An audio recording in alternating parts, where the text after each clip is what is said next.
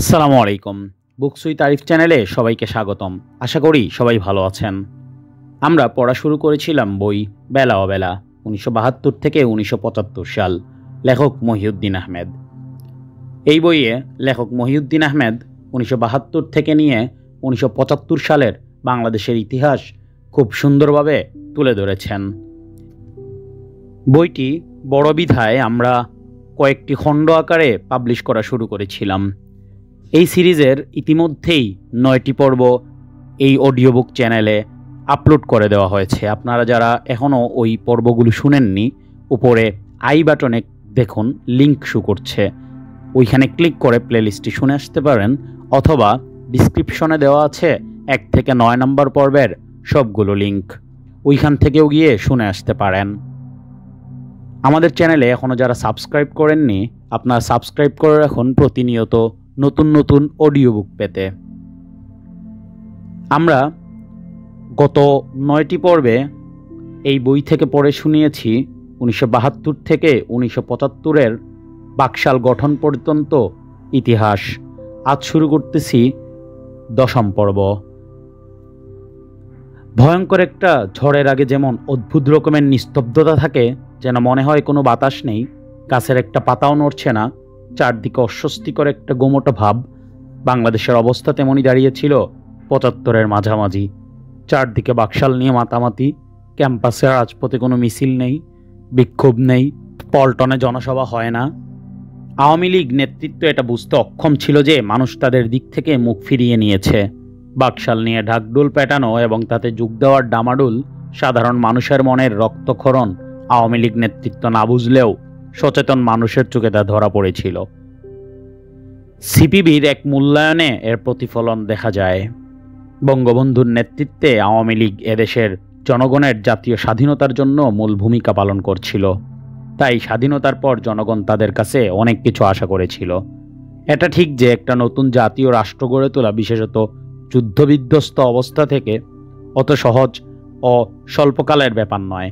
কিন্তু বঙ্গবন্ধুর শাসন আমলে গরিব, মেহনতি, স্বল্পবিত্ত, মধ্যবিত্ত প্রভৃতি সীমিত আয়ের লোকজন এক শ্রেণীর ধন পিশাচের কারসাজিতে আগাগোড়াই নিষ্পেষিত হয়েছিল।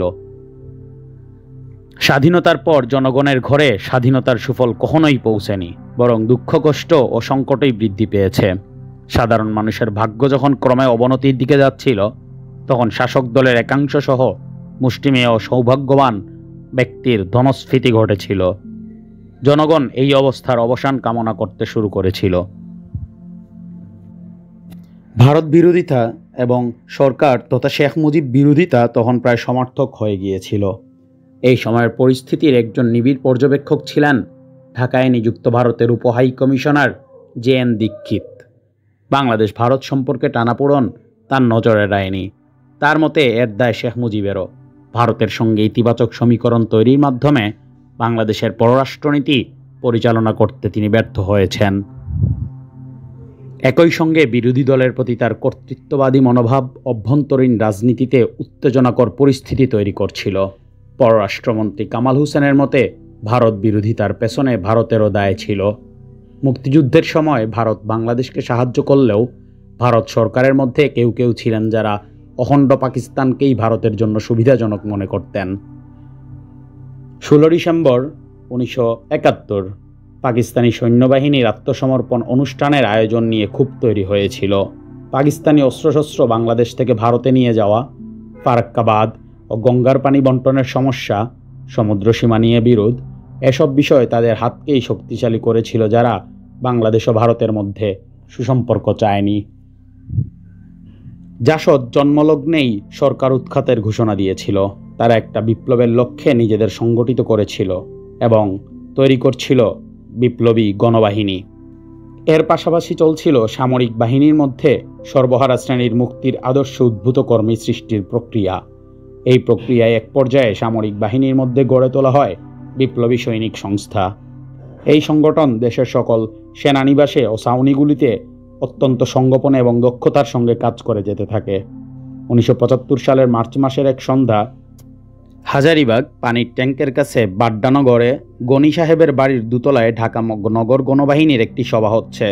ওই বাড়ির ছেলে ফকম ও ইকবাল ছিলেন জাসদের স্থানীয় কর্মী। সবাই হঠাৎ এসে উপস্থিত হলেন সিরাজুল আলম খান।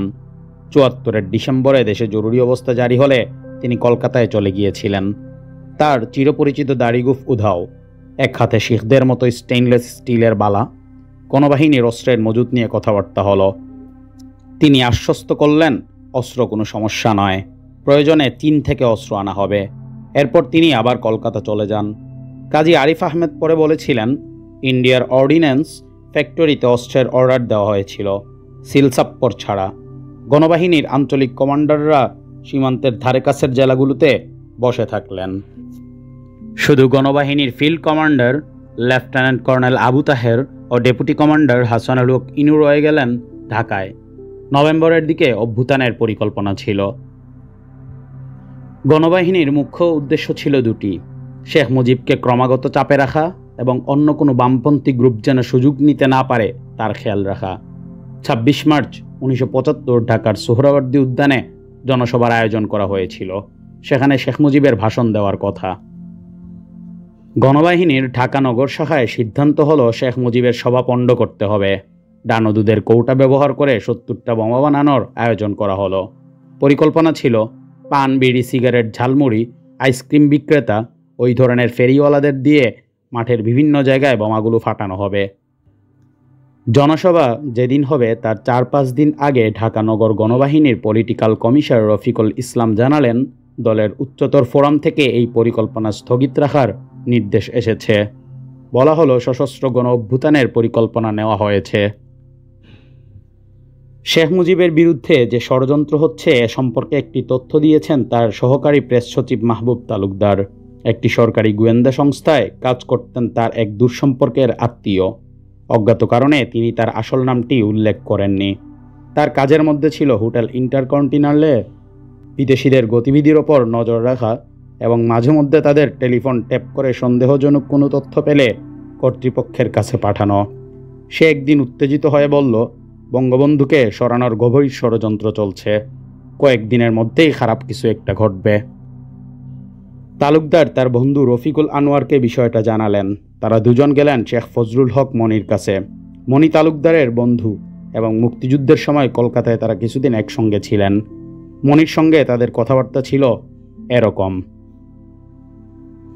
ঘটনা অনুপূর্বিক বর্ণনা করলাম। মনি শুনে বলল, অ্যাবসার্ড, লোকটা মনে মনে একটা ঘটনা তৈরি করেছে। তাবু বঙ্গবন্ধুকে ঘটনাটাকে বলে রাখা প্রয়োজন। রফিকুল আনোয়ার বললেন, কাল্পনিক ঘটনা তাকে বলে লাভ নাই। দেশে বিপ্লব ঘটছে, বাকশাল নিয়ে আমরা খুবই ব্যস্ত। এ সমস্ত আজগুবি খবর বলে বঙ্গবন্ধুকে বিড়ম্বিত করা ঠিক হবে না। অগত্যা মনির অফিস থেকে ফিরে এলাম। আমাদের উভয়ের মনই ভরাক্রান্ত। রফিকুল আনোয়ার বললেন, বঙ্গবন্ধুকে তুমি সরাসরি কথাটা বলতে পারো। তার নিরাপত্তার ব্যাপারে তুমি চিন্তা করো, জানলে খুশিই হবেন। কাউকে আর কিছু বলারই প্রয়োজন নেই।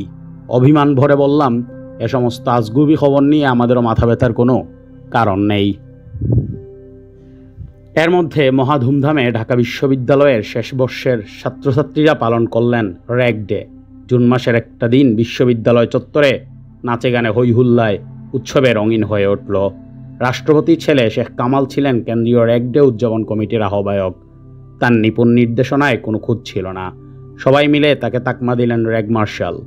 বিকেলে কলাভবন চত্বরে বটতলায় মঞ্চ সাজিয়ে আন্তঃহল সাংস্কৃতিক অনুষ্ঠানের প্রতিযোগিতা হলো। চ্যাম্পিয়ন হলো মহসিন হল। সন্ধ্যায় সবাই মিলে ছাত্র শিক্ষক কেন্দ্রের সবুজ চত্বরে বসে প্রজেক্টরে ছবি দেখলেন। শেখ কামাল জোগাড় করেছিলেন হিন্দি ছবি সত্যকাম। অনেক রাত পর্যন্ত আনন্দে মেতে থাকলেন সবাই। মনেই হলো না দেশে কোনো সমস্যা আছে। আগস্টের প্রথম সপ্তাহে ঢাকা বিশ্ববিদ্যালয়ে MA শেষ বর্ষের পরীক্ষা শুরু হলো। ছাত্র শিক্ষক সবাই ব্যস্ত। চ্যান্সেলর শেখ মুজিবুর রহমান 15 আগস্ট সকালে একটি বিশেষ অনুষ্ঠানে ঢাকা বিশ্ববিদ্যালয়ে আসবেন। সর্বত্র ঘোষণা চলছে। একটা প্রচার ছিল যে বিশ্ববিদ্যালয়ের শিক্ষকরা শেখ মুজিবের উপস্থিতিতে মহাসমারোহে বাকশালে যোগ দিবেন। চ্যান্সেলর শেখ মুজিবের আগমন ঠেকানোর জন্য সক্ষম ছিলেন প্রাণ রসায়ন বিভাগের লেকচারার আনোয়ার হোসেন। তিনি ছিলেন যশোরের সামরিক সংগঠন বিপ্লবী গণবাহিনীর ঢাকা নগরের কমান্ডার। তার আরও একটি পরিচয় হলো তিনি গণবাহিনীর কমান্ডার লেফটেন্যান্ট কর্নেল অবসরপ্রাপ্ত আবু তাহেরের আপন ছোট ভাই। শেখ মুজিবের ঢাকা বিশ্ববিদ্যালয়ে আগমন উপলক্ষ করে গণবাহিনী কিছুটা ভীতি ছড়াতে চেয়েছিল। এ বিষয়টি বিস্তারিতভাবে উঠে এসেছে গণবাহিনীর ঢাকা বিশ্ববিদ্যালয় শাখার তৎকালীন ভারপ্রাপ্ত কমান্ডার মুশতাক আহমেদের বয়ানে। মুশতাক আহমেদ বলেন, আনোয়ার ভাই শিক্ষকদের একটা লিস্টাই না আমারে দিছে, তারপর আমি বাংলা বাজার যাইয়া এনভেলপ কিনলাম। ওনার ভাই বাহার কোথা থেকে একটা সাইক্লোস্টাইল মেশিন আনলো, ওইখানেই কপি করা হলো। আপিলটা বাকশালে জয়েন না করার জন্য কারো সই ছিল না। প্রত্যেক ডিপার্টমেন্টের শিক্ষকদের জন্য চিঠিগুলো আলাদা করছি। আমরা একই সময়ে সব ডিপার্টমেন্টে দিয়ে আসছি। এইটা 15 আগস্টের 2 দিন আগে। 15 আগস্ট টিচাররা সবাই বাকশালে জয়েন করবে এমন একটা কথা ছিল, এটা যেন না করে। ফকিরাপুলের একটা ঢালাই কারখানায় বোমার খুল বানানো হইতো। আনোয়ার ভাই আমার একদিন নিয়ে গেছিল, একটা সোলার ব্যাগে বইরা মোটরসাইকেলের পেছনে গইরা নিয়ে গেল মিরপুর, পাঠাইয়া দিল। হয়তো আরও ডেলিভারি হইছে, নিয়া তো নিখিল বোমা বানানো হইল।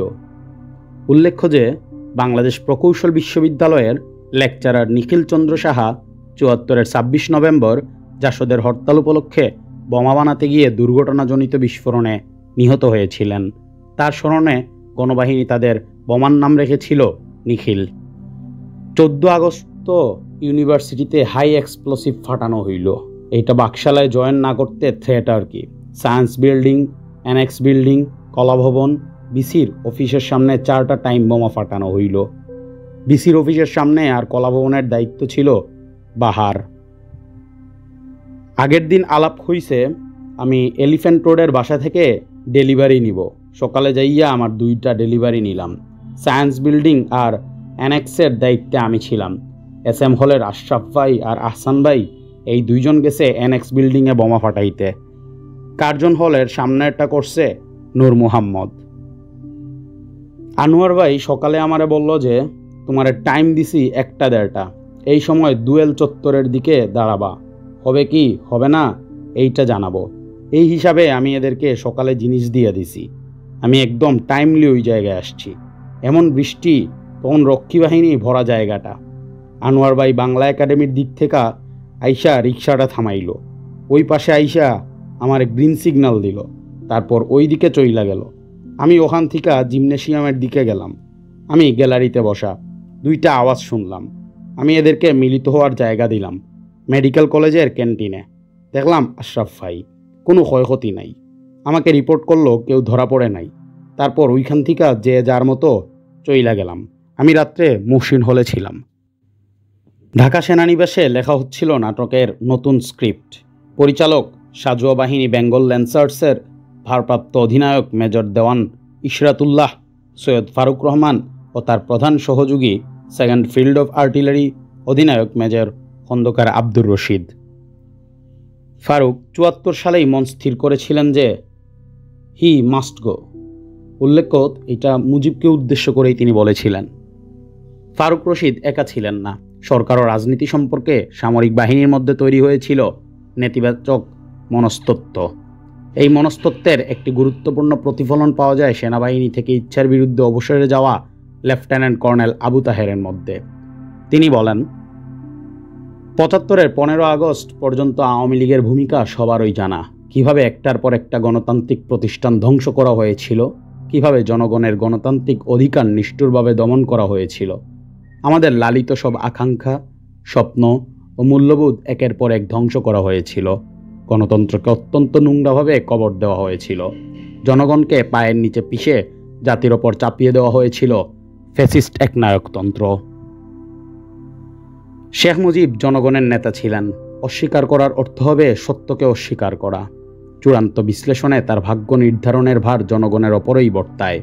জনগণের উচিত হবে জেগে ওঠা এবং প্রতারণার দায়ে মুজিবকে উৎখাত করা।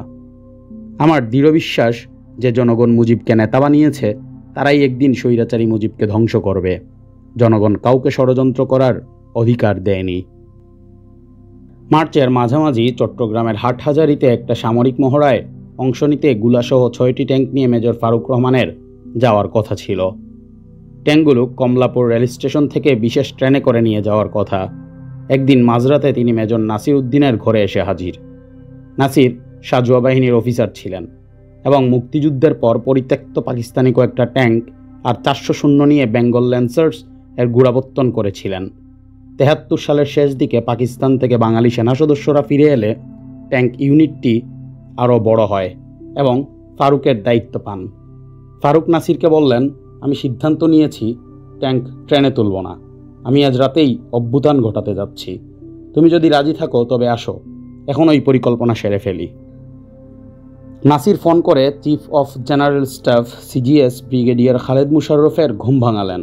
খালেদ ফারুকের সঙ্গে 5 মিনিট কথা বললেন। তারপর নাসির ফোনের রিসিভারটা নিয়ে খালেদের নির্দেশ শুনলেন। He is crazy, he is a mental patient. Now listen to me carefully. Go to the rail station, be with him, make sure tanks are loaded. If you see anything otherwise let me know. I will send military police to sort him out. Nasir সারা রাত ফারুকের সঙ্গে Kamalapur rail স্টেশনে থাকলেন। Train ছাড়ল সকাল 10টায়। বাসায় ফিরে এসে তিনি খালেদকে জানালেন ট্যাঙ্ক সহ ট্রেন রওনা হয়ে গেছে।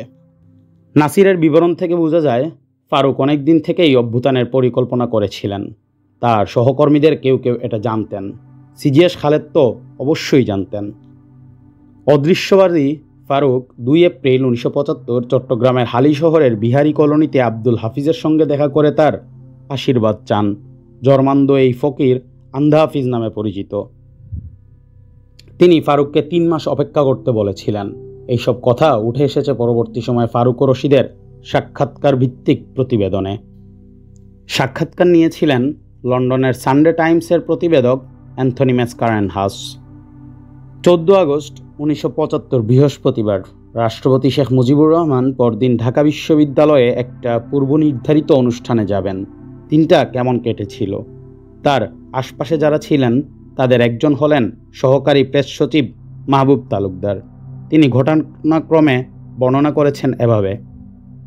দুপুরে তিনি ডেকেছিলেন আব্দুল তোয়াব খান ও আমাকে, বলেছেন বিশ্ববিদ্যালয়ের বক্তৃতা তৈরি করতে। আমি একটু বিস্মিত হয়েছিলাম। তিনি কি তাহলে লিখিত ভাষণ দেবেন?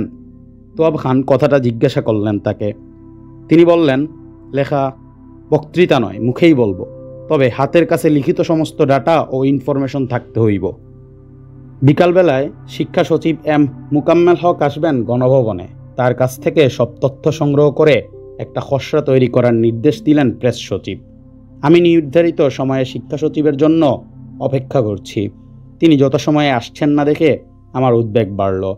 তথ্যাদি না পেলে বক্তৃতাই বা তৈরি করব কেমন করে? ইতিমধ্যে এলো দুঃসংবাদ। রামগতিতে ভারতীয় বিমান বাহিনীর একটি হেলিকপ্টার ভেঙে পড়েছে। নিহত হয়েছেন কয়েকজন ভারতীয় সৈনিক। বিষয়টি নিয়ে ভারতীয় দূতাবাসের সঙ্গে আমাদের কিছুটা মতদ্বৈততা দেখা দিয়েছে। ভারপ্রাপ্ত রাষ্ট্রদূত বলছেন সংবাদটা পত্রিকায় প্রকাশিত হওয়া ঠিক হবে না। আব্দুল তোয়াব খান বললেন, এ বিষয়টি আলাপ আলোচনার পরে সিদ্ধান্ত জানানো হবে। বিষয়টি নিয়ে প্রেস সচিব অত্যন্ত পেরেশানিতে পড়ে গেলেন। সন্ধ্যার পরপরই বঙ্গবন্ধু 32 নম্বরের বাসভবনে চলে গেছেন। তাকে বলেছিলাম আজ সন্ধ্যায় ফরাসুদ্দিনের ফেয়ারওয়েল ডিনার। জানি। বঙ্গবন্ধু বললেন, তার মানে আমারে এখনই ছুটি দিলা তোমরা? মৃদু এসে বললেন, ফরাসের ডিনারে তো আমি থাকতে পারি না। বঙ্গবন্ধু বাসায় চলে যাওয়ার পরপর শিক্ষা সচিবের ফোন এলো। জানালেন কিছুটা অসুস্থ বোধ করছেন। এ অবস্থায় তিনি গণভবনে আসতে অপারগ। তথ্যগুলো টেলিফোনে লিখে নিতে অনুরোধ করলেন। তিনি আমার শ্রদ্ধেয় শিক্ষক এবং এই নির্দেশ শিরোধার্য। টেলিফোনের অপর প্রান্ত থেকে তিনি আমাকে ডিকটেশন দিতে থাকলেন। আমি যাবতীয় তথ্য লিখে নিলাম। আমার উদ্বেগ কিছুটা প্রশমিত হলো। আব্দুল তোয়াব খান রামগতির ঘটনা নিয়ে হিমশিম খাচ্ছেন।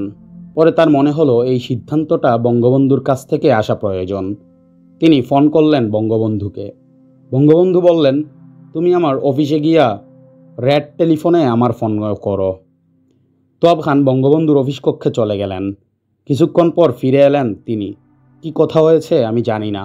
এর মধ্যে আবার ভারতীয় দূতাবাস থেকে ফোন এলো। তোয়াব খান জানালেন, দুর্ঘটনার খবর পত্রিকায় জানাতে হবে, নাইলে দেশবাসীর মনে বিভ্রান্তির সৃষ্টি হবে। ভারতীয় ভারপ্রাপ্ত রাষ্ট্রদূত জানালেন তিনি বিষয়টি সম্পর্কে দিল্লির সঙ্গে কথা বলছেন। প্রেস সচিব বললেন, আমরা উচ্চ পর্যায়ের সিদ্ধান্ত নিয়েছি। এমতাবস্থায় আমাদের সিদ্ধান্ত বহাল থাকবে। প্রেস সচিব যখন বঙ্গবন্ধুর কক্ষে কথা বলতে গেছেন, ঠিক তখনই তার ঘরের টেলিফোন বাজলো। রাত 9টা হবে। ফোন ধরে বুঝতে পারলাম তথ্য প্রতিমন্ত্রী তাহেরউদ্দিন ঠাকুর। তিনি বললেন, এত রাতে কী করছো ওখানে? বললাম, অফিসের কাজ করছি। আগামীকাল বঙ্গবন্ধু ঢাকা বিশ্ববিদ্যালয়ে যাবেন, তার বক্তৃতা তৈরি করছি। প্রশ্ন এলো, তুয়াব সাহেব কোথায়? আমি বললাম, তিনি বঙ্গবন্ধুর সঙ্গে কথা বলতে গেছেন তার অফিসে। জিজ্ঞেস করলেন, ওখানে কেন গেছে? আমি বললাম, রেড টেলিফোনে কথা বলছেন। বললাম, তুমি একটু লাইনে থাকো, আমি তুয়াব ভাইকে ডাকছি। উনি বললেন, না, দরকার নেই। তাহেরউদ্দিন ঠাকুর ফোন ছেড়ে দিলেন। প্রেস সচিব ঘরে ফিরলে আমি তাকে তথ্য প্রতিমন্ত্রীর ফোনের কথা বললাম। তিনি বললেন, প্রয়োজনে হলে তিনি আবার ফোন করবেন। আমি নিজের অফিসে গেলাম। ঘড়িতে প্রায় রাত 9:30। লেখায় আবার ব্যস্ত হয়ে পড়লাম আমি। এরই মধ্যে ডিএমএফআই এর নবনিযুক্ত চিফ কর্নেল জামিল আমার ঘরে এলেন। বললেন, আপনারা পেয়েছেন কি? সবাই খাবার সামনে নিয়ে আপনাদের অপেক্ষায় বসে আছে। ওদিকে তুয়াব সাহেব কি নিয়ে ব্যস্ত, এদিকে আপনিও লেখায় ব্যস্ত। বললাম, জামিল ভাই, আপনি যান, আমি এখনই আসছি। কর্নেল জামিল চলে গেলেন। সত্যি অনেক দেরি হয়ে গেছে। রাষ্ট্রপতির একান্ত সচিব ফরাসউদ্দিনের বিদেশ যাত্রা উপলক্ষে বিদায়ী নৈশভোজ। তাড়াতাড়ি কাগজপত্র ঠেলে রেখে উঠে দাঁড়ালাম। নৈশভোজে গিয়ে আমি বসলাম কর্নেল জামিলের পাশে। খেতে খেতে তার সঙ্গে গল্প করলাম। রাত 11টার পর অফিস ছেড়েছি। গাড়িতে যাচ্ছি শেরেবাংলা নগরস্থ গণভবন থেকে বঙ্গভবন। এয়ারপোর্ট রোডে গাড়ি আসতেই দেখলাম দুটি বড় গাড়িতে ঠাসাঠাসি করে বিদেশিরা শাহবাগের দিকে যাচ্ছে। দুটো গাড়িতেই নম্বরের পূর্বে বাংলায় অ লেখা। সম্ভবত আমেরিকানদের গাড়ি। কিন্তু এত রাতে এতগুলো লোক ঠাসাঠাসি করে যাচ্ছে কোথায়? হয়তো এরা বিদেশি সাংবাদিক গাড়ি করে ঢাকা শহরের ভাসমান জনগোষ্ঠী দেখতে বেরিয়েছে। আমার মনে মনে চিন্তা হলো, বিদেশিদের রাতের বেলা এরকম চলাচল তাদেরই নিরাপত্তার বিঘ্ন ঘটাতে পারে। কথাটা আগামীকাল গণভবনে গিয়ে বলতে হবে। গাড়ি দুটো বা দিকে ঘুরে হোটেল ইন্টারকন্টিনেন্টালের দিকে চলে গেল। আমি শাহবাগের মোড় হয়ে বঙ্গভবনে ফিরে এলাম। বাসায় এসেও কাজের কমতি নেই আমার। বঙ্গবন্ধুর একটি নিজস্ব টেপ রেকর্ডার আছে, সেটি আমার কাছে থাকে। তিনি কোথাও বক্তৃতা দিলে ওটাতে ট্যাপ করে সভা থেকে ফিরে গিয়ে সঙ্গে সঙ্গে তাকে শোনাই। কোনো জায়গায় কোন কথা বাদ দিতে হলে তিনি বলে দেন। আমরা সম্পাদিত অংশটুকু সম্পর্কে প্রেস ইনফরমেশন ডিপার্টমেন্টকে জানিয়ে দেই। সব স্থানেই বঙ্গবন্ধুর ভাষণের আগে ট্যাপ রেকর্ডারটা ঠিক আছে কি না চেক করি আমি। প্রতিবারই নতুন নতুন ব্যাটারি ভরে নেই।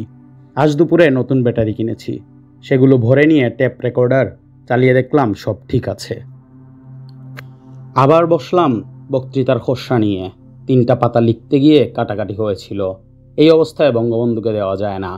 ওগুলো ভালো করে পুনরায় কপি করলাম। রাত প্রায় 1:30টায় আমার কাজ শেষ হলো। মাহবুব তালুকদারের বর্ণনায় জানা যায়, 14 আগস্ট গণভবনে সবাই মিলে অনেক রাত পর্যন্ত খানাপিনা ও গল্পে মাশগুল ছিলেন। বঙ্গবন্ধু সেখানে ছিলেন না। রাত 9টায় ফোন করে তাহেরউদ্দিন ঠাকুর নিশ্চিত হয়েছিলেন যে রাষ্ট্রপতি তার বাসায় আছেন। গণভবনে বঙ্গবন্ধুর আস্থাভাজন কর্মকর্তারা যখন নির্ভার সময় কাটাচ্ছেন, তার কয়েক কিলোমিটার দূরে কর্মীটলায় সেনাবাহিনীর এক মেজর তার সৈন্যদের নিয়ে একটা অভিযানের শক কষছেন। 15 আগস্ট বঙ্গবন্ধু ঢাকা বিশ্ববিদ্যালয়ে আসবেন। এজন্য যুবলীগের পক্ষ থেকে শুডাউনের পরিকল্পনা করা হয়েছিল। ওই দিন পরিস্থিতি একটু উত্তপ্ত হতে পারে, এ ধরনের একটা শঙ্কা কাজ করেছিল কারো কারো মধ্যে। যুবলীগের কেন্দ্রীয় নেতা কাজী ফিরোজ রশিদ এক সাক্ষাৎকারে জানিয়েছেন, শাহবাগ থেকে দুয়েল চত্বর পর্যন্ত বিশ্ববিদ্যালয় এলাকার পূব দিকের রাস্তাটি তারা সতর্ক পাহারায় রাখার সিদ্ধান্ত নিয়েছিলেন। ফিরোজ রশিদের নিজের বয়ান হলো, সেদিন ছিল 14 আগস্ট 1975 সাল। বাকশালের আদলে যুবলীগ কমিটি নতুনভাবে গঠন করতে সারাদিন মনিভাই ভীষণ ব্যস্ত ছিলেন। ইতিমধ্যে ঢাকা শহর যুবলীগের নেতারা এসে অফিসে ভিড় করছে। টান টান উত্তেজনা। কারণ এদিন দুপুরের দিকে ঢাকা বিশ্ববিদ্যালয়ের বিভিন্ন স্থানে 3টি বোমার বিস্ফোরণ ঘটেছে। যুবলীগ কর্মীদের ধারণা এটা জাসদ করেছে, কারণ পরের দিন বঙ্গবন্ধু ঢাকা বিশ্ববিদ্যালয়ে যাওয়ার কথা। বঙ্গবন্ধু যাতে বিশ্ববিদ্যালয়ে না যান সেজন্য জাসদ বোমাবাজি করেছে। তাই যুবলীগ কর্মীরা খুবই উত্তেজিত। আমরা সবাই বঙ্গবন্ধুর বাসায় গেলাম। তখন রাত 11:30। আব্দুর রাজ্জাক ভাই ও আদমজির মান্নান ভাই আমাদের সঙ্গে যোগ হলেন।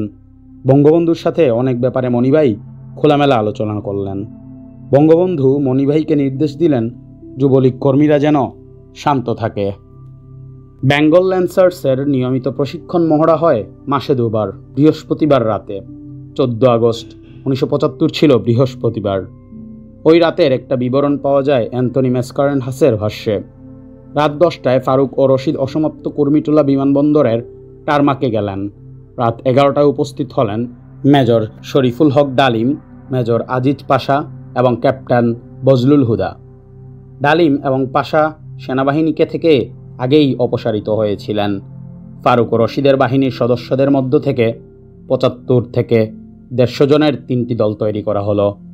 একটি দল নিয়ে ডালিম গেলেন ইস্কাটনে আব্দুর রব সেরানাবিয়াতের বাড়ির উদ্দেশ্যে।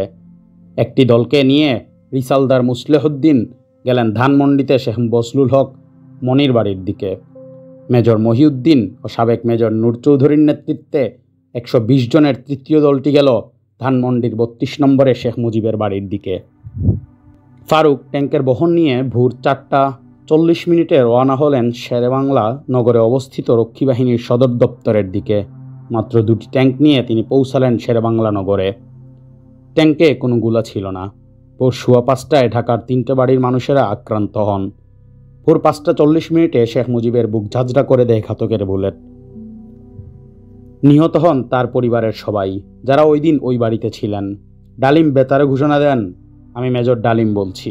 খন্দকার মুশতাকের বরিষ্ঠ নেতৃত্বে বীর সশস্ত্র বাহিনী দেশের সর্বময় ক্ষমতা গ্রহণ করেছে। শেখ মুজিবকে হত্যা করা হইয়াছে, স্বৈরাচার পতন হয়েছে। রশিদ বাণিজ্যমন্ত্রী খন্দকার মুশতাক আহমেদের বাসায় যান এবং তাকে শাহবাগে ঢাকা বেতার কেন্দ্রে নিয়ে আসেন। মুশতাককে নতুন রাষ্ট্রপতি হিসেবে বেতারে ঘোষণা দেওয়া হয়। 14 আগস্ট রাতে লেখক আহমেদ সোফা সুবহানবাগের কাছে ম্যানেজমেন্ট সেন্টারের হোস্টেলে তার বন্ধু সিরাজউদ্দৌলা চৌধুরীর আশ্রয়ে ছিলেন।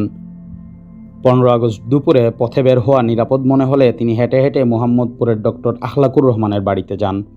ডক্টর আখলাক ছিলেন জাসদের তাত্ত্বিক এবং সর্বোচ্চ ফোরামের সদস্য। বাড়িটি সামরিক বাহিনীর সদস্যরা অস্ত্র হাতে পাহারা দিচ্ছিল। ডক্টর আখলাক বেরিয়ে এসে সোফাকে বাড়ির ভেতরে নিয়ে গেলেন। ওখানে অবস্থানকালে সোফা তার অভিজ্ঞতা বর্ণনা করেছেন এভাবে, ওখানেও দেখি সামরিক বাহিনীর লোকে ভর্তি। ওই 15 আগস্ট তারিখেই ডক্টর আখলাকের বাড়িতে কাছে বোর্ড দিয়ে হাঁটেন একজন প্রত্যয়দীপ্ত ভদ্রলোকের সঙ্গে আখলাক সাহেব আমাকে পরিচয় করিয়ে দিয়েছিলেন। তার নাম কর্নেল আবু তাহের। সেই কর্নেল তাহেরের সঙ্গে আমার প্রথম দেখা। তারপরে আর কোনোদিনই তার সঙ্গে দেখা হয়নি। 2-1 দিন পরে ডক্টর আখলাককে মিসেস আখলাকের সঙ্গে বলাবলি করতে শুনেছি। সামরিক বাহিনীর লোকেরা তাকে দেশের প্রেসিডেন্টের দায়িত্ব গ্রহণ করতে অনুরোধ করেছিলেন। আখলাক সাহেব রাজি হয়নি। ঢাকা বিশ্ববিদ্যালয়ের ছাত্রদের মধ্যে যারা গণবাহিনীর সঙ্গে সংশ্লিষ্ট ছিলেন তারা ছিলেন সবাই ফুট সোলজার। তাদের যেভাবে নির্দেশ দেওয়া হতো তারা তা তামিল করতেন। 15 আগস্ট সকালে হত্যাকাণ্ডের খবর শুনে তারা হকচকিয়ে পড়েন। মুশতাক আহমেদের বর্ণনা থেকে জানা যায়, মহসিন হলে গণবাহিনী আমি, নূর মোহাম্মদ, ফখরুল, বাসেদ, তাজুল ভাই এইরকম 6 জন ছিলাম। বেলা 10টার দিকে হবে। আমরা রেজিস্ট্রার বিল্ডিংয়ের সামনে দিয়ে হাঁটতেছি। আমরা তো ফার্স্ট ইয়ারের, 2 জন সেকেন্ড ইয়ারের। কি হয়েছে বুঝতেছি না, আমাদের সাথে কেউ যোগাযোগ করতেছে না। এইটুকু আমরা বুঝেছি যে খারাপ কিছু হয়েছে। হলে আইসা এক রুমে আমরা শুইয়া রইছি, কখন কি অর্ডার আসে। তখন এমন ছিল বলার সাথে সাথে নাইমা যাইতাম। আবু আলম ভাই আমাদের সাথে শুরুতে ছিলেন ইউনিভার্সিটির কমান্ডে। আবু আলম সাসপেন্ড, অব্যাহতি আর কি। 15 আগস্টের সময় আমি ছিলাম কমান্ডার। আমি ফার্স্ট ইয়ারের ছেলে, অন্যরা সিনিয়র। আনোয়ার ভাই এমনভাবে দায়িত্ব দিছে সিনিয়র জুনিয়র না বুঝাই। পরে আনোয়ার ভাই 2টা-2:30টার দিকে যোগাযোগ করছে। বাচ্চুরে দিয়া ইনফরমেশন পাঠাইছি একটা চিঠি দিয়া। উল্লেখ্য, মীর নজরুল ইসলাম বাচ্চু 26 নভেম্বর 1975 ভারতীয় হাই কমিশনে একটা অভিযান চালানোর সময় নিহত হন। অবাস্তব চিঠি লেখেছে যে অবস্থা ভালো না, সব রকম চেষ্টা চলছে, স্বর্ণ এবং অস্ত্র জোগাড়ের চেষ্টা করো, মানে এগুলা কোথাও থেকে পাইলে নিয়ে নাও। সেন্সটা এই। এলিফ্যান্ট রোডে যোগাযোগ করতে বললাম। এলিফ্যান্ট রোডেও গেলাম, যাইয়া দেখি যে ইউসুফ ভাইয়ের, উল্লেখ্য কর্নেল তাহেরের বড় ভাই বিমান বাহিনীর সাবেক সার্জেন্ট আবু ইউসুফ, বাসায় 1 জিপ আর্মি। এখানে আর্মি ঢুকে কেন? আমি ব্যাক কইরা মেইন রোডের দিকে চইলে আসতেছি। বাহার বাসা থিকা দৌড়াইয়া আইসা আমারে জড়াইয়া ধরল, আর্মিদের সামনেই নিয়ে গেল। ভিতরে বসলাম। দেখলাম আনোয়ার ভাই আসলো, আর্মিও কয়েকজন বসা। আমি তো বুঝে উঠতে পারতেছি না আর্মি এখানে কেন। তখন আনোয়ার ভাই বলল যে সব জায়গায় যাইয়া খবর দাও। আমি বললাম সব জায়গায় মুভ করতে করতে তো সন্ধ্যা হইয়া যাবে, 5টা থেকে তো কারফিউ, কি করি? মিলিটারিরা বলল স্যার একটা চিঠি লিখে দিবে। স্যার মানে কর্নেল তাহের। তাহের ভাইয়ের সঙ্গে আমার দেখা হয় নাই। আনোয়ার ভাই বলল যে ধরা পড়লে বলবা কর্নেল তাহেরের লোক, উনি মিলিটারিদের সামনেই আমাদের কথা বলছে। 15 আগস্টের অভ্যুত্থান ও হত্যাকাণ্ডের সঙ্গে খন্দকার মুশতাকের যোগাযোগ মাত্রা নিয়ে বিভ্রান্তি রয়ে গেছে। তিনি কি আগে থেকেই সব জানতেন? তিনি কি এই পরিকল্পনার অংশ ছিলেন? তার আগাম সিলেনের বাড়ির উল্টো দিকে থাকতেন ফজলুল হক খান মনা। 15 আগস্ট সকালে মুশতাক ওই বাড়িতে গিয়েছিলেন। এ প্রসঙ্গে মনার ছোট ভাই নাসির খান মিলনের বিবরণ কৌতূহল জাগায়। নাসির খান ধিলেন বলেন, নাসির খান ধিলেনের ভগ্নিপতি রাজুকে মুশতাক সাহেব প্রশ্ন করলেন, রাজু কাজটা কেমন হইল? মুশতাক সাহেব গেঞ্জি স্যান্ডেল লুঙ্গি পরা। তিনি আরও বললেন, তোমরা সব চইলা যাও, সামনে যুবলীগের প্রেসিডেন্টের বাসা, মর্নিং ওয়াক করতে যাবেন। ভোরবেলা তো। মুশতাক 10 মিনিটের মতো ছিল, আসছিল ফোন করতে। নিজের বাড়ি থেকে ফোন করব কেন? ওর বাড়ি থেকে করব। কোন জায়গায় ফোন করছে এইটা তো আমি জানি না। শেপ সুপ কইরা বাইর হইছে উনি। মুশতাক সাহেব যে প্রেসিডেন্ট হইছে এইটা আমি জানতাম না। লোকজন কইল মুশতাক সাহেব তো প্রেসিডেন্ট। আরে শালা, এইটা কেমনে হয়? আর্মি টার্মি এসে সেলুট ফেলুট দিয়া নিয়ে গেল মুশতাক সাহেবরে 7:30 পৌনে 8টার সময়। মেজর ডালিমের বেতার ঘোষণার কিছুক্ষণ পরেই কয়েকজন সাবেক সেনা কর্মকর্তা শাহবাগের বেতার ভবনে আসেন। তারা এসেছিলেন পরিবর্তনের পক্ষে অভিনন্দন ও সমর্থন জানাতে। এদের মধ্যে ছিলেন আবু তাহের, আকবর হোসেন, শাহজাহান ওমর, জিয়াউদ্দিন, রহমতুল্লাহ এবং মাজেদ। বাংলাদেশ পানি উন্নয়ন বোর্ডের ড্রেজার বিভাগে পরিচালক লেফটেন্যান্ট কর্নেল অবসরপ্রাপ্ত আবু তাহের ভোর 5টায় তার বাবুর্চি মুতালেবকে আদেশ দেন গাড়ি চালক গিয়াসউদ্দিনকে তার নারায়ণগঞ্জের বাসায় ডেকে আনতে। গিয়াসউদ্দিন আসার পর নারায়ণগঞ্জে ডিসি অফিস সংলগ্ন একটি সেনা ক্যাম্পে থেকে সেনাবাহিনীর গাড়ি ও লোকজন নিয়ে তাহের ঢাকা রওনা হন। পথে পুরান ঢাকার একটা বাড়ি থেকে তার সহকর্মী হাসানুল কিনুকে সঙ্গে নেন। বেতার কেন্দ্রে আসার পর মেজর ডালিম ছুটে এসে তাকে সালাম করেন এবং বেতারে কিছু বলার জন্য অনুরোধ করেন। তাহের তার গাড়ি চালক গিয়াসউদ্দিনকে একদল সৈন্যসহ একটা সামরিক জিপে ধানমন্ডির 32 নম্বর সড়কে পাঠিয়েছিলেন পরিস্থিতি দেখে আসার জন্য। শেখ মুজিবের বাড়ির ভেতরে ঢুকে সে আতঙ্কিত হয়ে পড়ে। চারদিকে শুধু রক্ত আর রক্ত। ডালিমের ভাষ্য অনুযায়ী বামপন্থী অনেক রাজনৈতিক দল, বিশেষ করে জাসদ, চাচ্ছিল একটি বিপ্লবী সরকার গঠন করে তাদের দলীয় কর্মসূচি বাস্তবায়ন করতে, কিন্তু অভ্যুত্থানকারীরা তাতে সায় দেয়নি। 15 আগস্ট সকালে আবু তাহের নিজেই খন্দকার মুশতাক আহমেদের কয়েকটি প্রস্তাব দিয়েছিলেন।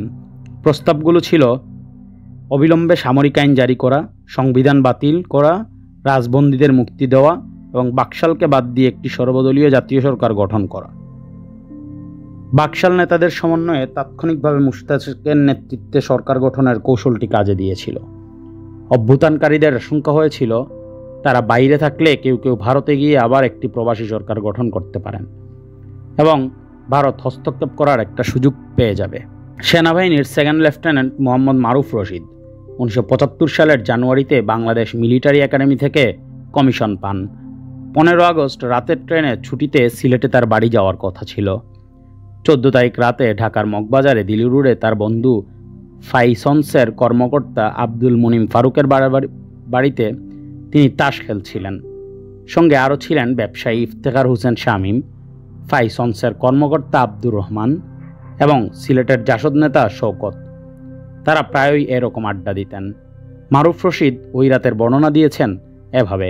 তিনি বলেন, আমরা সারা রাত বসে তাস খেলি, হঠাৎ গুলাগুলির আওয়াজ। ভাবলাম বঙ্গবন্ধু ইউনিভার্সিটিতে যাবেন, ছেলেরা হয়তো আনন্দে পটকা ফাটাচ্ছে। পরে জেনেছিলাম ইস্কাটনে মন্ত্রী আব্দুর রব শেরনাবিয়াতের বাসায় গুলি চলেছিল। মুনিম ফারুকের সকাল সকাল অফিসে যাওয়ার কথা, তখনও গাড়ি আসেনি। দেখে সে মেইন রোডে গেল গাড়ির খোঁজে। রাস্তার ধারে লোকজন রেডিও শুনছে। খবরটা শুনে বাসায় ফিরে মুনিম বলল, ঘরে থাকেন, আমি আইটি কার্ডটা পকেটে নিয়ে বের হলাম। হাঁটতে হাঁটতে ইন্টারকন্টিনেন্টাল হোটেলের ভেতরে গিয়ে দেখি বিদেশি কয়েকজন সুইমিং পুলে সাঁতার কাটছে। বেরিয়ে রাস্তার মোড়ে এসে দেখলাম ট্যাঙ্ক যাচ্ছে রেডিও স্টেশনের দিকে। আমি এগোলাম। ওখানে সেকেন্ড লেফটেন্যান্ট কিসমত হাশেম এবং আনসারকে দেখলাম। মেজর শাহরিয়ার রশিদ সিভিল ড্রেসে কাঁধে স্ট্যান্ডগান ঝুলিয়ে হাঁটাহাঁটি করছিলেন। আমাকে দেখেই ধমকে উঠলেন, সিভিল ড্রেসে কেন? ইউনিফর্ম পরে এসো। উনি বিএমএতে ফিজিক্যাল ট্রেনিং স্টাফ অফিসার ছিলেন, আমাকে চিনতেন। ভেবেছিলাম আমি তাদের গ্রুপেরই লোক। আমি ভেতরে ঢুকতেই করিডোরে দেখলাম খন্দকার মুশতাক। আমাকে দেখেই বললেন, ওয়েল ডান মাই বয়। তিনিও ভেবেছিলেন আমি ওই দলেরই লোক। সেনাবাহিনীর লোকদের নাস্তা দিয়ে সেকেন্ড ফিল্ড আর্টিলারির একটা ট্রাক এলো। পুরি আর এক মগ চা খেলাম। একটা সিগারেট ধরাতে যাচ্ছি, ফ্লাইট লেফটেন্যান্ট জামান বললেন, কি ক্যাপস্টেন খাও? ওই বলে একটা বেনসন দিলেন। ওনার বাবা সিলেটে জেইলার ছিলেন, ভালো পরিচয় আছে। ওই সময় কর্নেল আব্দুর রহমান ও মেজর মাসুদ জহির একটা গাড়িতে ক্যান্টনমেন্ট যাচ্ছিলেন। আমি ওদের সঙ্গে গেলাম। আর্মি হেডকোয়ার্টার্সে নেমে হাঁটতে হাঁটতে সিগন্যাল মেসে এলাম। ইউনিফর্ম পরে নিলাম।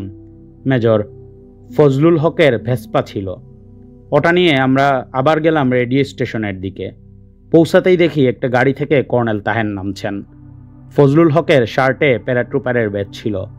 কর্নেল তাহের তা লক্ষ্য করে বললেন, তুমি কখন প্যারা করেছ?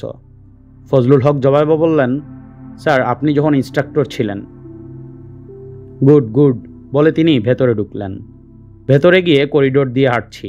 একটা বন্ধ দরজা, দরজায় গুল গ্লাস। ভেতরটা এক ঝলক দেখলাম।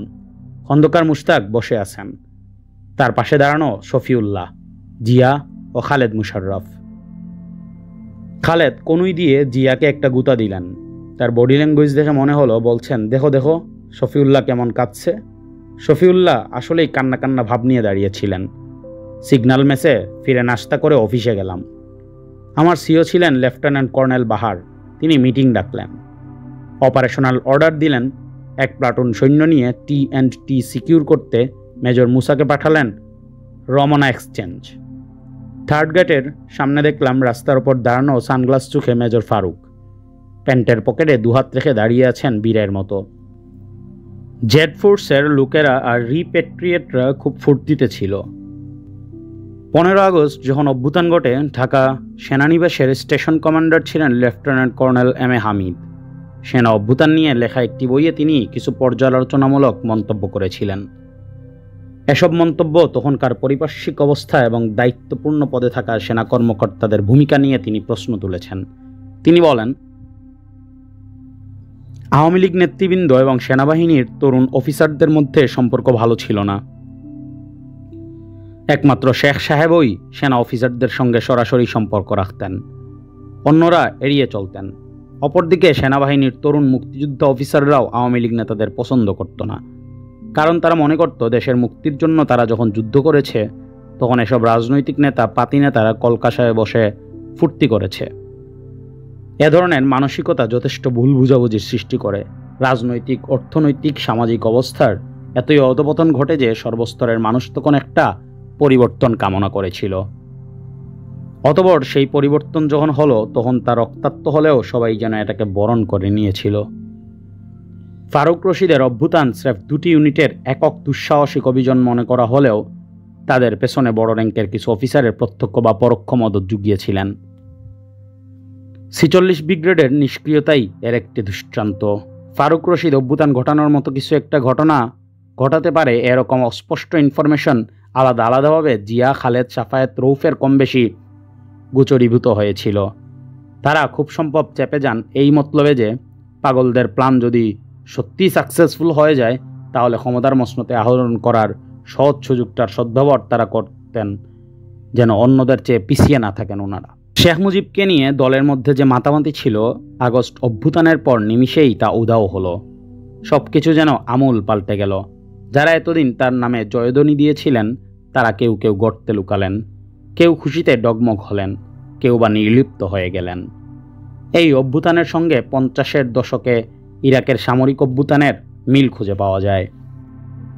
ব্রিগেডিয়ার জেনারেল আবদাল করিম কাসেম রাজা ফয়সালকে 1958 সালের 24 জুলাই ক্ষমতাচ্যুত করেছিলেন। রাজা তার স্ত্রী, পুত্র, কন্যা, মা এবং খালাকে এক সারিতে দাঁড় করিয়ে গুলি করে হত্যা করা হয়েছিল। অথচ এর কয়েক সপ্তাহ আগে রাজা যখন কারবালার ইমাম হুসেনের সমাধি দেখতে গিয়েছিলেন, তখন পথে জনতার ঢল নেমেছিল তাকে এক নজর দেখতে। মানুষের ভিড়ে রাজার গাড়ি এগুতে পারছিল না। জনতা তখন গাড়িটি হাত দিয়ে তুলে সমাধির কাছে নিয়ে গিয়েছিল। তবে ইরাকে এ ধরনের ঘটনা এটাই প্রথম না। ইমাম হুসেন যখন বাগদাদের পাশ দিয়ে কারবালার দিকে যাচ্ছিলেন, তখনও বাগদাদের সব মানুষ ইমামের সমর্থনে পথে নেমে এসেছিল। তিনি সবাইকে নিয়ে নামাজ পড়তে দাঁড়ালেন। নামাজ শেষে দেখা গেল বাগদাদের মানুষের মন বদলে গেছে, তারা সবাই চলে গেছে। এটা ইরাকের প্রচলিত একটি লোকগাথা, কিন্তু এই কাহিনী একটি বার্তা দেয় সবাইকে।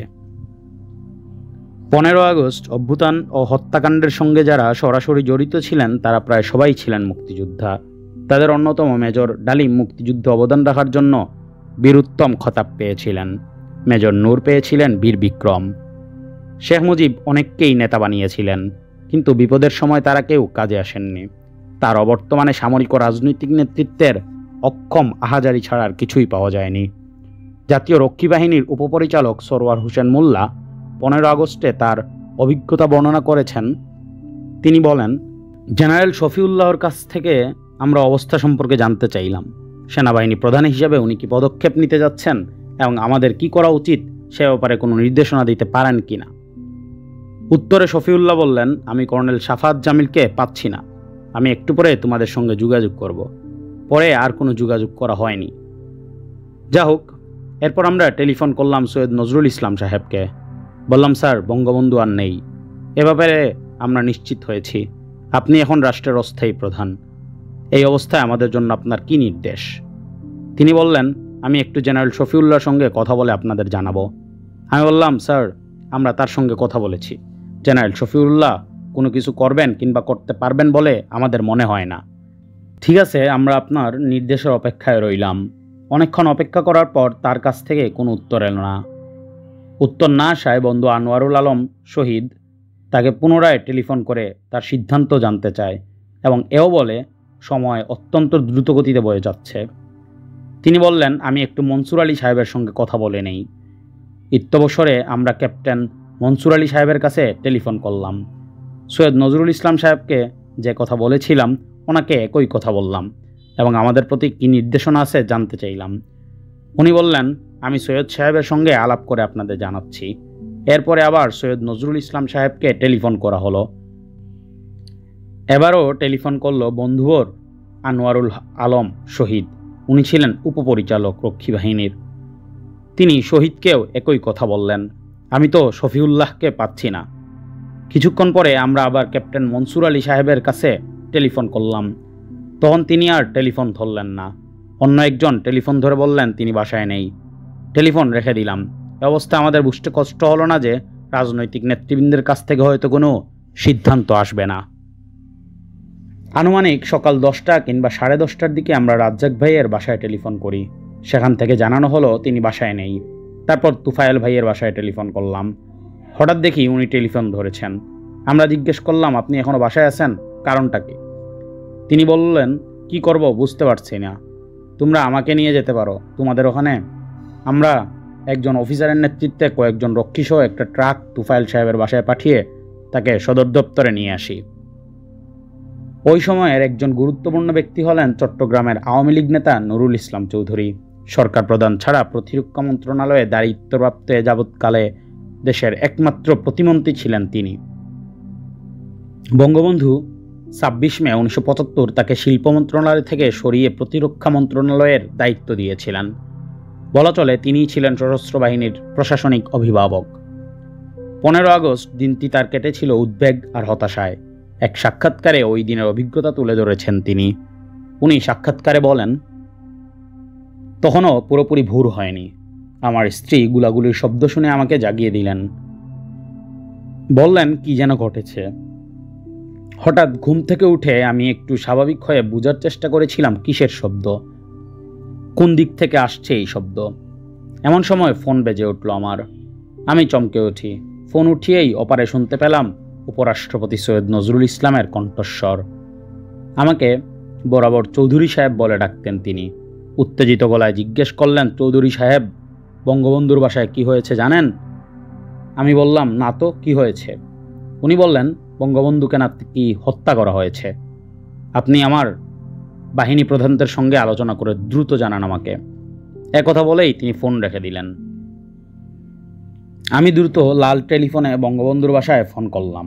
টেলিফোনের শব্দ হচ্ছে, কিন্তু ফোন ধরছে না কেউ। প্রতিরক্ষামন্ত্রী হিসেবে সামরিক বাহিনীর প্রধানদের সঙ্গে যোগাযোগ করার জন্য আমার ছিল সরাসরি যোগাযোগের বিশেষ টেলিফোন। আমি সেই টেলিফোনে প্রথম সেনাবাহিনী প্রধান শফিউল্লাহর সঙ্গে কথা বললাম। টেলিফোন ধরেই জেনারেল শফিউল্লাহ বললেন, স্যার, সর্বনাশ হয়ে গেছে।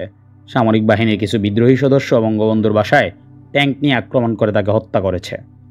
বঙ্গবন্ধু আমার সঙ্গে কথা বলেছিলেন, কিন্তু কিছু করার আগেই সব শেষ হয়ে গেছে।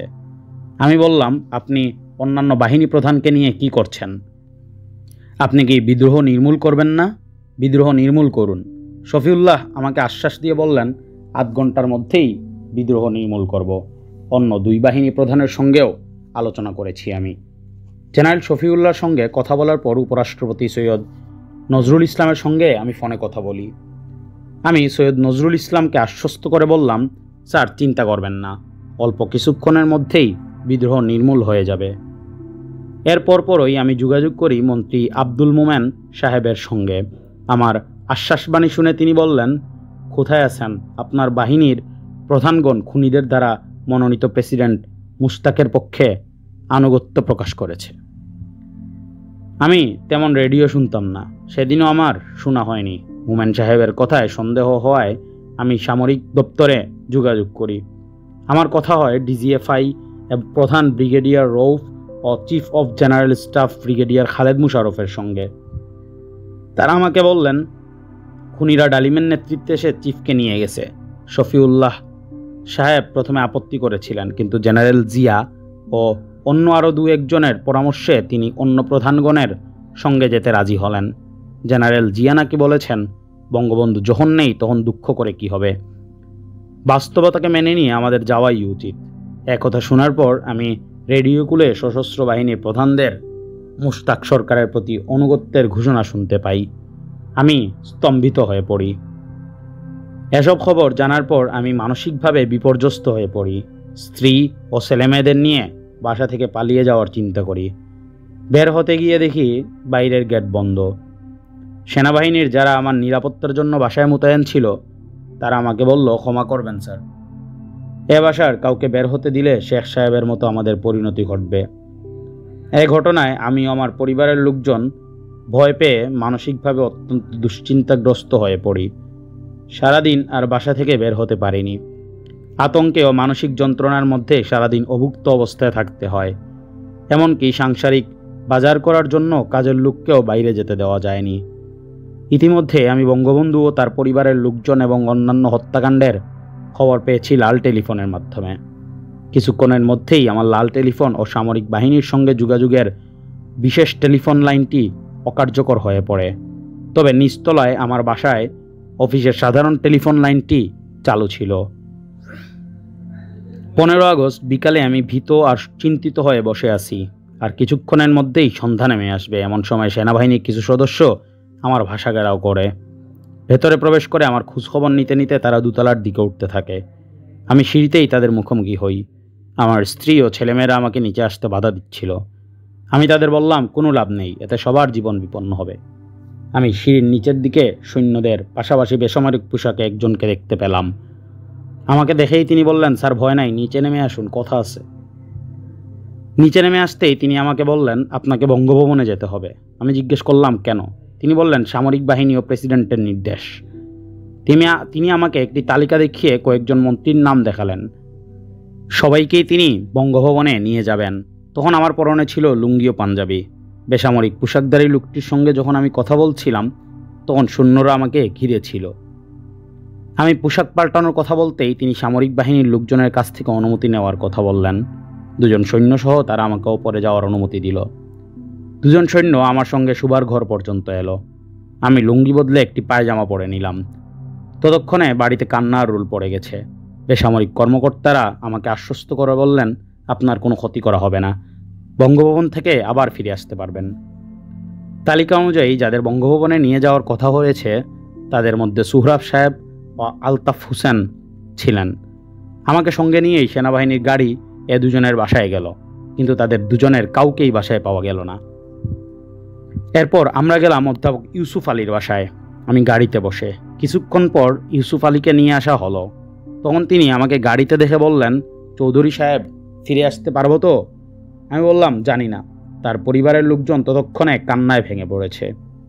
তিনি জমজম কূপের পানি পান করে কাবা শরীফের গিলাফের একটা টুকরো আমারও তার মাথায় স্পর্শ করালেন। আমরা রওনা দিলাম বঙ্গভবনের দিকে। বঙ্গভবনে পৌঁছানোর পরেই দেখি কালো পোশাকধারী সশস্ত্র লোকজন পুরো বঙ্গভবন ঘিরে রেখেছে। এই কালো পোশাকধারীদের মধ্যে সেনাবাহিনীর নিয়মিত সৈন্যদের পাশাপাশি ছিল সেনাবাহিনীর অবসরপ্রাপ্ত সদস্যরাও।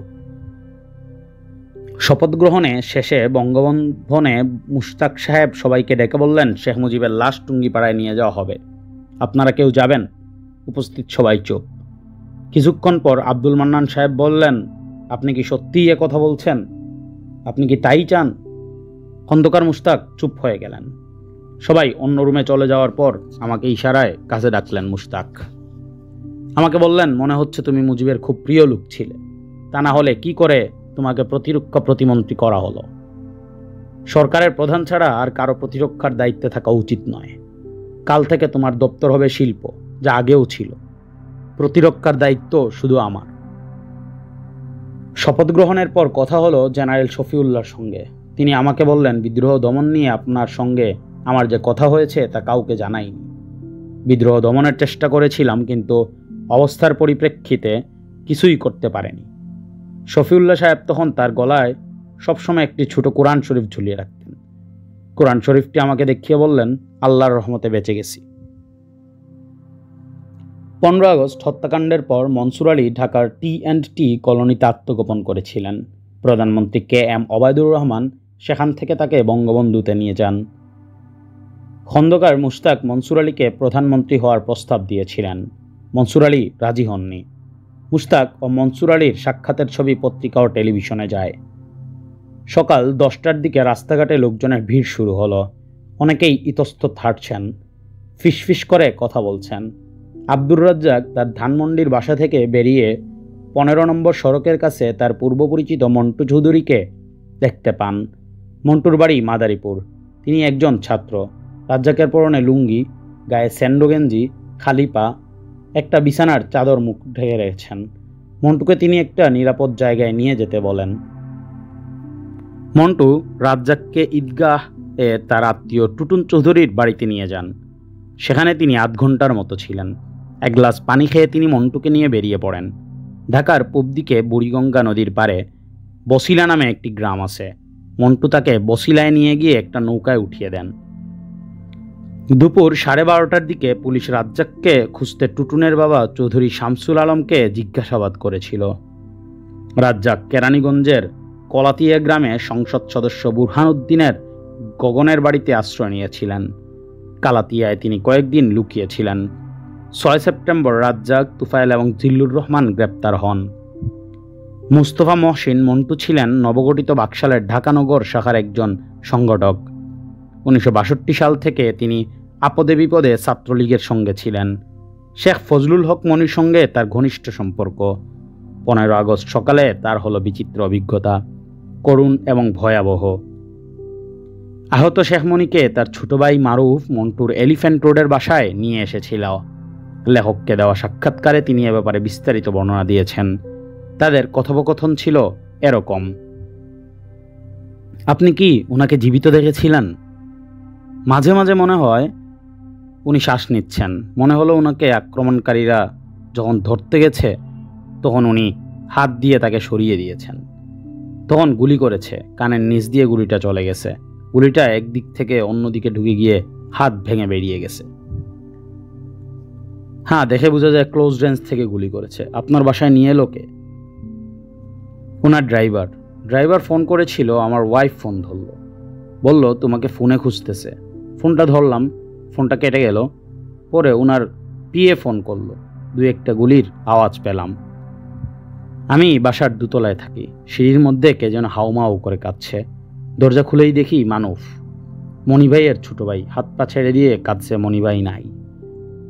কি হয়েছে মনি ভাইয়ের? মনি ভাই তো নাই। চল। ওকে টান দিয়ে নিয়ে বের হলাম। আমি খালি গায়ে। আমার ওয়াইফ শার্টটা দিল, বলল সাবধানে যাও। বিছানার নিচে আমার পিস্তলটা ছিল, সে এটা বের করে দিল। এটা সঙ্গে নিলাম। ভেবেছিলাম মনিভাই বোধ হয় তার বাসায়। বেরিয়ে দেখি মনিভাই গাড়িতে। দেখেই আমি হাওমাও করতেছি।